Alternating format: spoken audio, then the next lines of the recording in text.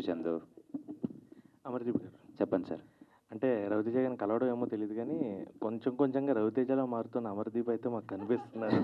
ఆ look wise కానీ ఏదన్నా కానీ ప్రొఫైల్ కానీ ఏదన్నా కానీ. Thank you sir, thank you sir. Okay. ఈ సినిమాలో అంటే ఇందాక చెప్పినట్టు ఒక డాక్టర్ ఒక రౌడీ ఫెలోకి పడ్డం అనేది ఒక కాన్సెప్ట్లా చెప్పారు. మామూలుగా అందమైన అమ్మాయిలు రౌడీ వదలకు పడతారని ఏదో ఒక ఉంది మనకోటి. అందమైన అమ్మాయిలు ప్రతి అంటే ఎదవలకే రే చందు, సూపర్ చందు నువ్వు అసలు.